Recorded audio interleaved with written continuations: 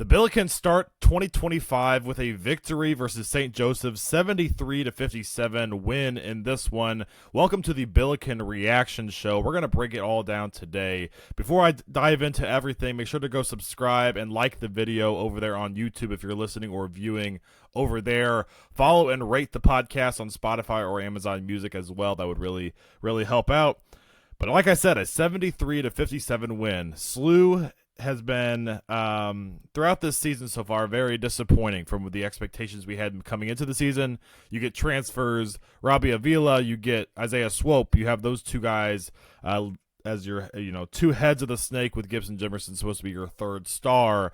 And things have not gone well. We started the year with Robbie getting injured, and then a couple bad losses mixed in there, and just not a whole lot of chemistry with this group, along with situations like Larry Hughes leaving the program, and your bench is pretty thin right now, to put it nicely. So still some issues with this squad, but a lot better play these last couple games. We had one December 31st on New Year's Eve versus Fordham, and we just blew them out. Gibson Jimerson, 33 points, a career high, and looked really good. And that one, Avila was leading the entire offense tremendously, and that one Isaiah Swope added in as well. We did not have a Billiken reaction show for that one. And then this one, back at home to start 2025, you can kind of turn the page on what was a very disappointing non-conference. You start conference play, obviously the other night versus Fordham, but game 2 and first game at home, first game at home during conference play, and also first game in 2025, a chance to turn the page to a new part of the season here, and I thought we did a great job at that. It got relatively close in the second half, and this is St. Joseph's team that won the other night in their first A10 matchup and are now 10-5 on the year after this one. But we ended up winning this one by 16, 73-57. The Billikens are now 9-6 on the season, 2-0 in conference, which you love to see. The biggest thing in this one, Robbie, standout game, 21 points, 11 rebounds, 5 assists, 7 for 14 from the field, 4 for 8 from 3. He was having his absolute way with St. Joseph on the offensive side of the floor. I think another big difference I've seen these last couple games is the defensive chemistry that this group has, but also the effort on both ends of the floor, but especially defensively. 57 points by St. Joseph's. The other night versus Fordham only had 63 points. So you hold both of your first two A10 matchups, Fordham and St. Joseph's, to under 65 points each. You absolutely love to see that, because that was one of the biggest things we were struggling with, is on the defensive side of the floor, at the guard position, at the forward/center position with Robbie. Both sides were struggling. The only guy that's really been consistently good defensively this year is Kobe Johnson, and that's what we expected him to be coming from West Virginia. And then Kalu Anya has been really solid as well. Anya in this one, 9 points, 15 rebounds, 4 assists. Kobe Johnson, 4 for 6 from the field, 8 points, 8 rebounds, 3 assists. He did a lot more offensively than I thought he would in this one. He also had 2 blocks and a steal. Isaiah Swope with 2 steals in this one. But it was really all about Robbie and all about Isaiah Swope. The 2 transfers stood out in this one. The other night, I didn't do a reaction show on it, but Gibson Jimerson, 33 points, a career high. Before that game versus Fordham, we played an NAIA school in William Woods, and Gibson Jimerson had 28 in that one. So back-to-back standout games for Gibson. And this one, very different. Was held to 3 for 10 from the field, 1 for 7 from 3, only 9 points on the night. And the 2 guys that I think should be the number 2 guys on our roster, offensively, defensively, our 2 star players, Isaiah Swope, Robbie Avila, they showed up. I mentioned Avila already with his 21, 11, and 5 on the night in 33 minutes. Isaiah Swope, 26 points on the night, 8 assists, 1 rebound. Those 2 guys have to lead every single night. And Isaiah Swope's the guy tonight was very efficient, 9 for 15, 4 for 9 from 3, but he is a tough shot taker, tough shot maker, but also misses a lot of those tough shots as well. He takes a lot of ill-advised shots, and it seems like, reading Josh Schertz's body language on the sidelines, it seems like he's okay with it.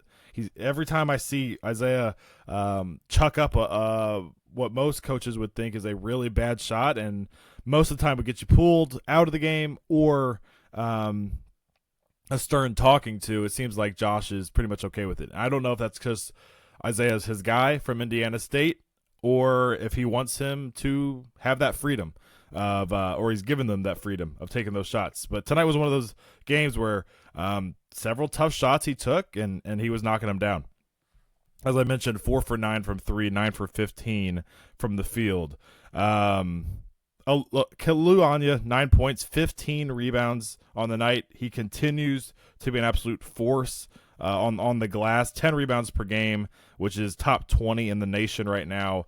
I mentioned at the very beginning here, not a whole lot of depth with this squad. We have a very small rotation right now. So on the night, Kalu Anya, 38 minutes, Robbie Avila, 33 minutes, Isaiah Swope, 37, Kobe Johnson, 32, and Gibson Jimerson, 39. A small little break for Gibson thrown in there. Off the bench, Kellen Thames is back. He's been really in and out of the lineup, not because of his play, but because of injuries / cramping issue he had going on. It was kind of hard to kind of gauge where we were at with that injury. There wasn't a whole lot of news on it, or a whole lot of coverage on it. He only had 11 minutes on the night, 0 for 3 from the field, 0 points, a couple fouls. But good to see his name back in that rotation, and I think his minutes, I mean, he was starting and one of our most consistent players to start the year. So good to see him back in the rotation. Hopefully we can get him healthy, because we need him, especially off the bench if he's going to stay in that role. Amari McCautry, 2 minutes, Warlick, 1 minute, Brokoff, 4 minutes, Picard, 3 minutes, and that was in garbage time at the end there. So not a lot of bench depth at all in this one. And with Larry Hughes going and leaving the program, it's going to be hard to see where that depth is going to come from outside of Kellen Thames. Warlick got some minutes in past games. Tonight was not a game that he had any looks at all.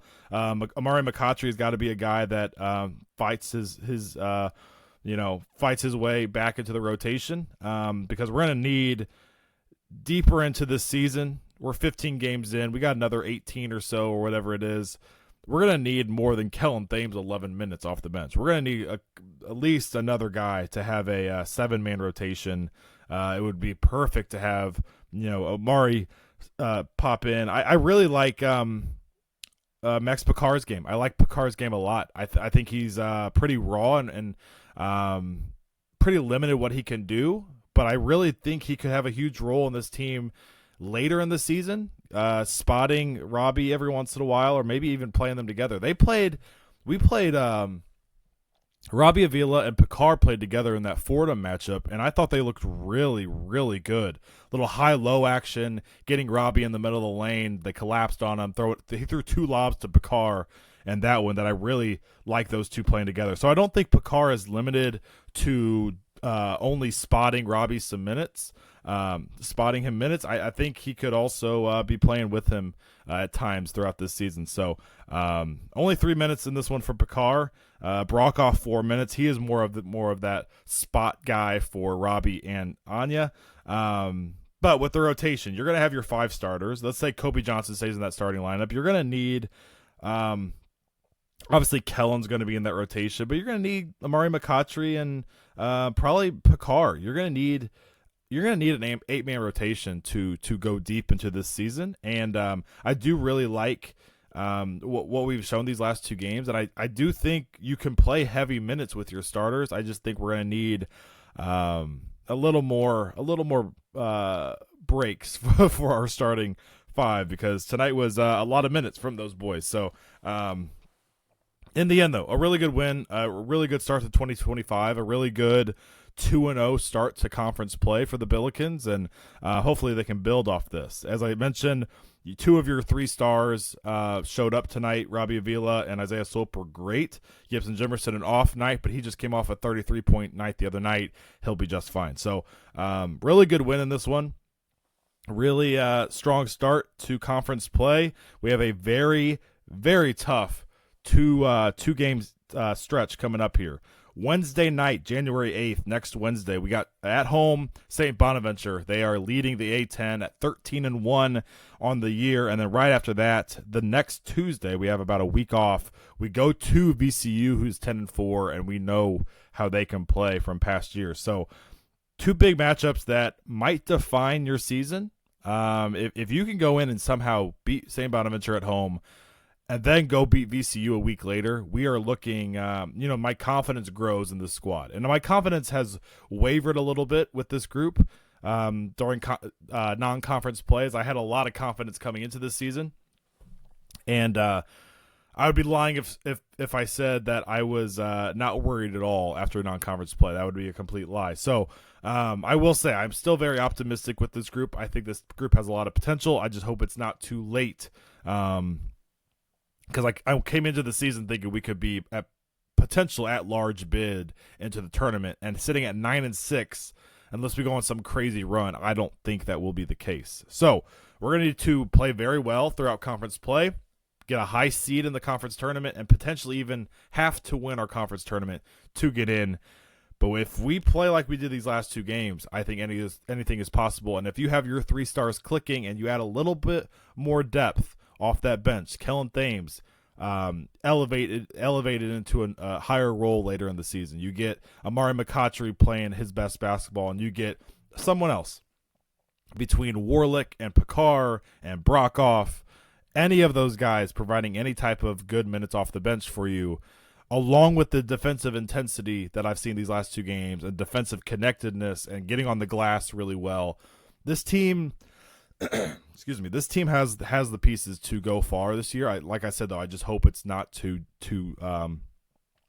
late for us to do that. So two game stretch coming up versus St. Bonaventure at home, and then at VCU that next week. So make sure to tune into those two games. Of course, thank you for tuning into this Billiken reaction show.